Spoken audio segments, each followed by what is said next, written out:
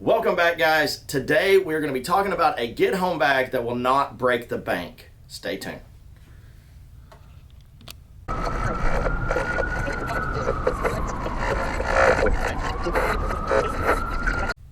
Alright guys, so before we get started, I'll go ahead and tell you right off the bat, I already know that there's a ton of things that you could add to this pack. This is a very stripped down basic pack to get you started on building your own get home bag.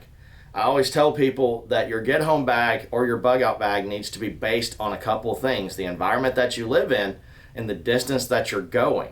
So if you are only walking a 30-minute walk home, you might not necessarily need as much gear as someone who has to walk 2 to 3 hours home. So always remember that. Now, everything here is very budget friendly. The most expensive thing is the pack, and that's the first thing I'm going to talk about. I grabbed a pack that is very EDC looking. So far as this is what anybody would carry in an everyday setting. It's not camo, it doesn't look tactical. It's a very gray man style pack. You have a place inside to put a laptop. You have an extra pocket here, and you have an external pocket plus 2 tie-out places right here if you wanted to hang a jacket or anything on it. You do have water bottle carriers on both sides. No one's going to notice that. Plus you have a strap in the front to keep it up on your hips and adjustable straps. It's a very nice pack. It also can carry a hydration bladder if you want to use one, especially if you have an inline water filtration system.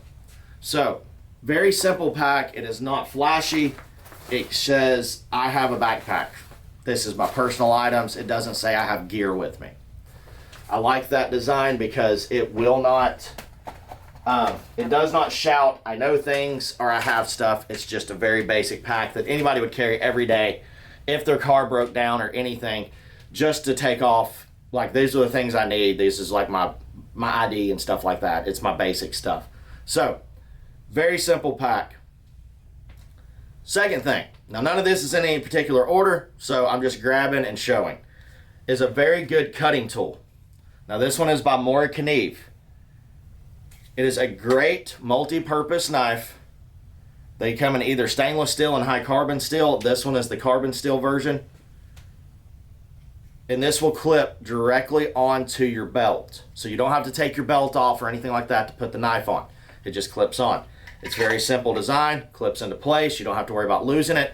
And you can do just about any of your basic carving tasks, cutting tasks, or defensive tasks you need with it if you need to fight with a knife. They come out of the box extremely sharp. They're easy to maintain and sharpen. It's a phenomenal knife. Now, are there other knives? Yes, there's more tactical knives. There's everything. I went strictly budget friendly, just trying to remind you guys. Next thing is water and water purification. Number one thing, if you are bugging out or with the get home bag, is you're not going to need to be able to take time to boil water or to sit and really process water. So I grabbed a Frontier straw. Let me flip it around. These will filter up to 30 gallons of water, so you can scoop and drink as you're going. You can drink out of puddles. You can drink just about out of any water source. Remember, these will not filter salt water. So if you're next to the ocean, you got to find fresh drinking water to filter. Also, another thing that I grabbed is this collapsible water bottle that does have a light on it. So it's kind of a 2-for-1. You have a small little lantern you can use, especially if you have kids with you and it's getting dark. You make a little shelter or something. It gives them a little bit of light so they're not sitting there in the dark. But it's also collapsible, so you don't have to worry about it taking up a lot of room in the pack. And combined with your Frontier straw, you now have the ability to scoop, drink on the go, carry water with you, and still be able to drink it without having to stop and boil it or purify it. Now, cover. I have 2 kinds of cover. I got a tarp. Now, I would go with a darker color, but this was our most budget-friendly one here. This one is a 6x8 tarp. You can do a lot with a 6x8 tarp. Make a very small shelter to be able to get under if it starts raining and be able to cover yourself for the night. I pair that with some 550 cord This one is 100 foot of 550 cord in a very neutral color that'll blend well in the woods. And you've been able to make yourself a nice shelter. And if you need to cover yourself in an urban setting, you can do that also. Tarps are so multifunction. You can use them as a poncho if you need to, and it covers you and keeps you dry. Also, two things that I suggest everybody carries in every kit, whether you're out in the woods or just hiking, day hiking, whatever. I always recommend carrying these two things. A survival poncho that is Mylar lined. Show you on this side so you can see it. That will keep you warm and keep the rain off of you. I have worn these in a torrential downpour and I felt the rain hit, but I did not feel the coldness from the rain. The only thing that got damp and a little wet was my shoes, because it came down to about a little bit above my ankles is how far this will come down. The other thing that I recommend is an emergency blanket. Now both of these are high vis. We're just out of the other colors right now, so OD green or the high vis, either one, it doesn't matter in an emergency situation, so you can keep yourself warm. Pair this with the tarp, and even if it's very cool outside or cold outside, you're going to be able to help maintain your body heat, and you can still walk. Pair all three of them together, and you'll probably be sweating. Just saying. Don't matter the coldness on that. You'll have keeping your body heat in very well. The Mylar will keep your body heat in up to 90% of your body heat in. Now, speaking of that, not saying you're going to need to make a fire while you're doing this, but if you need to, say you get wet and you need to dry your clothes, you need to cook something because you just caught a fish or whatever, and you're needing to travel further, I do recommend carrying a lighter, carrying stormproof matches, and carrying a ferro rod. So you have 3 ways to make fire. And the cool thing is the Morikaneeves, they're hard enough that if you sharpen the spine on them, you can throw sparks off of a ferro rod very well. Put a 90-degree spine on the knife and you're set. So, not saying you're going to need to start a fire, but if you have to, for an emergency, you got wet, you need to dry out your shoes, you're shivering cold, you're using everything, but you still need to get that body heat up, you have the ability to build a fire. I always recommend, always have a way to build a fire, and always have the emergency blankets and poncho in every kit, even if you're just going out for a hunting trip for the day, just in case something bad happens. All right, another thing, a lot of people don't think of this, is gloves. I like the rubberized gloves because you can grip stuff, even if your hands are cold. Leather gloves work great. They are very protective.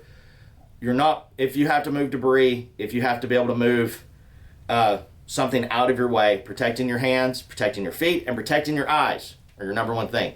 Having a pair of sunglasses, having safety glasses, and having a good pair of shoes, very important in any kind of bug out situation or get home situation.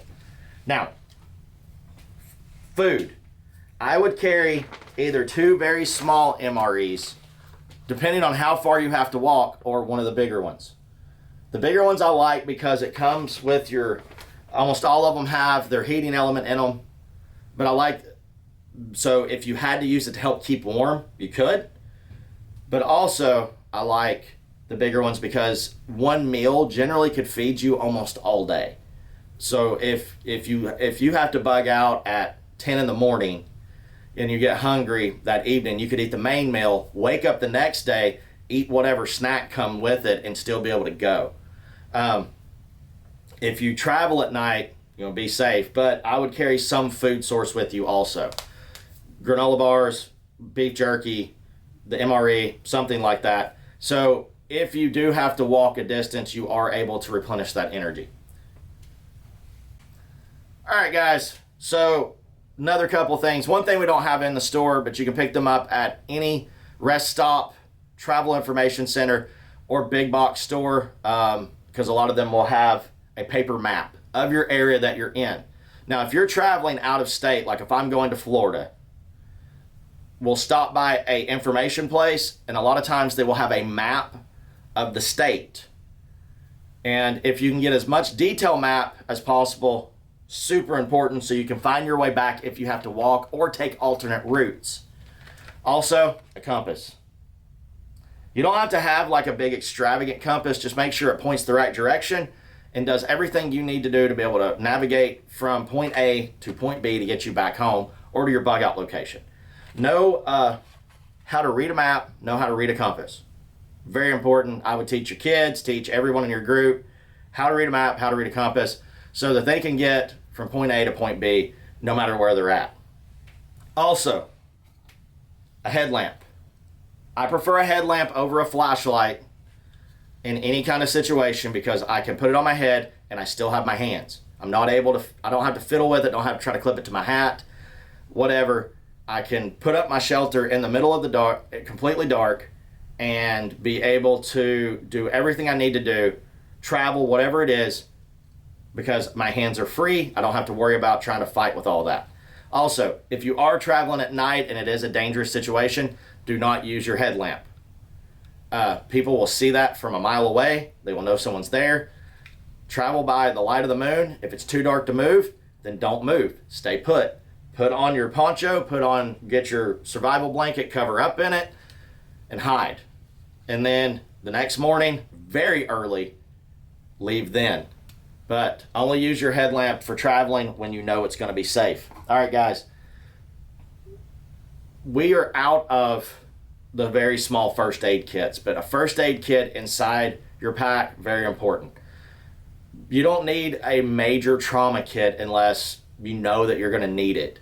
But having Band-Aids, ointments, some kind of like Tylenol or ibuprofen, anti-diarrhea medicine, all the Band-Aids, all that stuff in one little package in your pack, just in case. If you cut your hand in a survival situation and you don't have a way to take care of it, it will get infected quickly. Case in point, I got a splinter right there.